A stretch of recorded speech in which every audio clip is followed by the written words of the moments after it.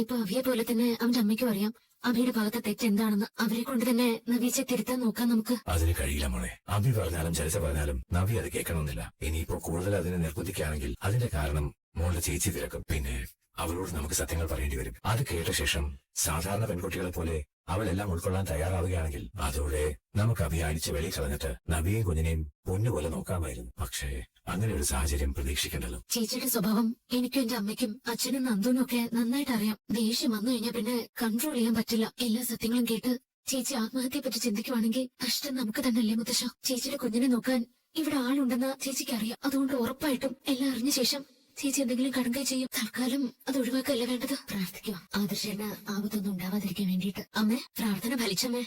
എന്താ മോള് പറഞ്ഞ? ആദർശേട്ടൻ വിളിച്ചോ? ആ, നമ്മൾ പോലും അറിയാതെ ഇവിടെ ഒരാള് എല്ലാ കാര്യങ്ങളും ശരിയാക്കിക്കൊണ്ടിരിക്കുവായിരുന്നു. മുത്തശ്ശൻ. മോളെ ആദർശ് ജയിലിൽ നിന്ന് പുറത്തിറങ്ങിയോ? പുറത്തുള്ളതുകൊണ്ടല്ലേ എന്നെ വിളിച്ചത്.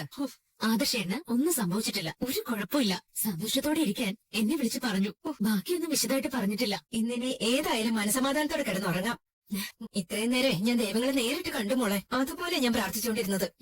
അവിടെ കാര്യങ്ങൾ കുഴഞ്ഞു മറിഞ്ഞപ്പോ തന്നെ മുത്തശ്ശനത് അറിഞ്ഞമ്മേ. പിന്നെ നമ്മളോടൊന്നും പറയാതിരുന്നതാ. ശരിക്കും പറഞ്ഞാ ആദർശേട്ടന്റെ അച്ഛനും ഇളയച്ചനും ഒക്കെ അറിയുന്നതിന് മുന്നേ തന്നെ മുത്തശ്ശനെല്ലാം അറിഞ്ഞതാ. അച്ഛനെ ഇവിടെ ഉള്ളതുപോലെ തന്നെ സ്വാധീനം അവിടെ ഉണ്ട് മോളെ. അതുകൊണ്ട് ഒന്നും സംഭവിക്കില്ലെന്ന് എനിക്ക് ഉറപ്പായിരുന്നു.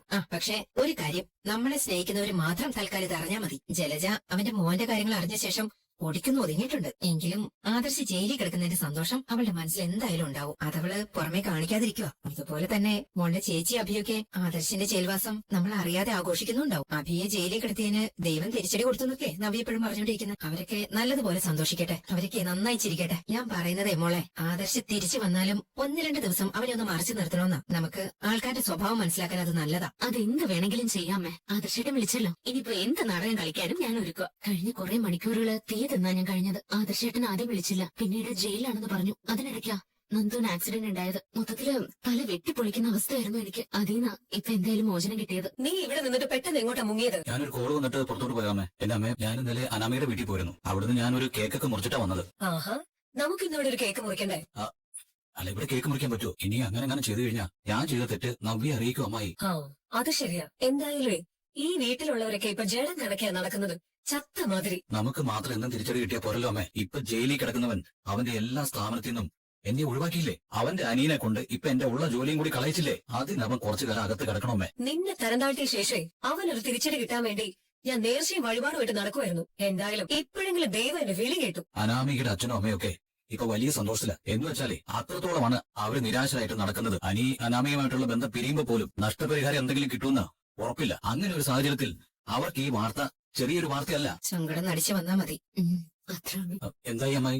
ആദർശനെ കുറിച്ച് പിന്നെ എന്തെങ്കിലും വിവരം അറിഞ്ഞായിരുന്നോ? ഒരു വിവരം അറിയില്ല. പെട്ടെന്ന് ജയിലിൽ നിന്ന് പുറത്ത് കിടക്കാൻ പറ്റുമെന്നും അറിയില്ല. അച്ഛന് ഗൾഫിലൊക്കെ വലിയ സ്വാധീനമാണല്ലോ. എന്നിട്ടും എന്താ ഒന്നും നടക്കാത്തത്? ഇവിടുത്തെ നിയമം അല്ലല്ലോ അവിടെ. അവിടെ എത്ര ഉന്നതൻ തെറ്റ് ചെയ്താലും കോടതി ക്ഷമിക്കില്ല.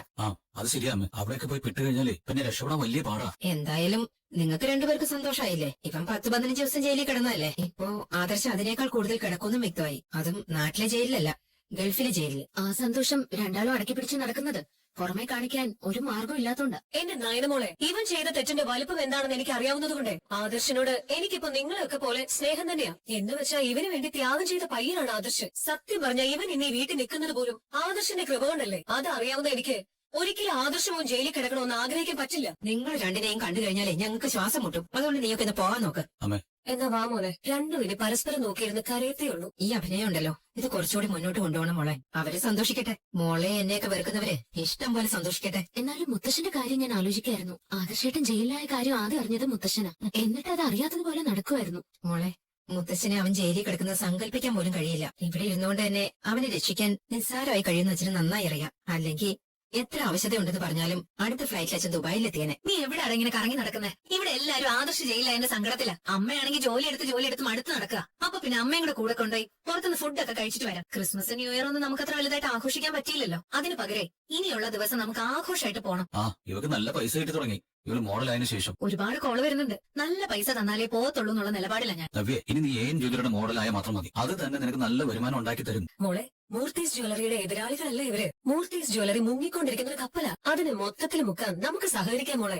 ഞങ്ങൾക്ക് നിന്നെ പോലെ പരസ്യമായിട്ടൊന്നും ചെയ്യാൻ പറ്റത്തില്ല. എന്നാൽ രഹസ്യമായിട്ട് നിന്നെ സപ്പോർട്ട് ചെയ്യാൻ പറ്റും. പരസ്യമായിട്ട് എന്നെ സപ്പോർട്ട് ചെയ്താൽ എന്താ കുഴപ്പം? ഇവനെ കമ്പനിയിൽ ഒരു സ്റ്റാഫ് പോലും ആക്കാതെ ഇവന് താഴെയുള്ളവൻ അവിടെ നിന്ന് പുറത്താക്കിയതല്ലേ? അതുപോലെ തന്നെ ഇവൻ ജയിലിലും കിടന്നതല്ലേ? അപ്പൊ എന്നേക്കാ കൂടുതൽ വാശി ഇവനും അമ്മയ്ക്കും ഇവിടെ ഉള്ളവരോട് വേണ്ടേ? ആദർശ ജയിലിലാണെന്ന് ഇവിടെ എല്ലാവരും അറിഞ്ഞതോടെ എല്ലാം നഷ്ടപ്പെട്ടതുപോലെയാണ് നമ്മൾ തള്ളിക്കളഞ്ഞ എല്ലാവരുടെയും നടപ്പ്. ആ ദേഷ്യം ചിലപ്പോ എന്നെ അമ്മയൊക്കെ ഇവിടെ നിന്ന് പുറത്താക്കിക്കൊണ്ടായിരിക്കും തീർക്കുന്നത്.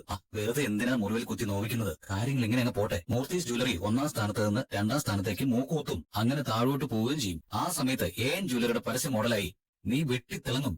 കൂടെ ഞാനും അവിടുത്തെ ഒരു സ്റ്റാഫായിട്ട് രംഗപ്രവേശം ചെയ്യുകയും ചെയ്യും. എന്നെ എന്നും മൂന്നാമനായി കണ്ട, പുറമ്പോക്കായിട്ട് കണ്ട അനന്തമൂർത്തി എന്ന മുത്തശ്ശന് ഞാൻ കൊടുക്കുന്ന സമ്മാനമാണത്.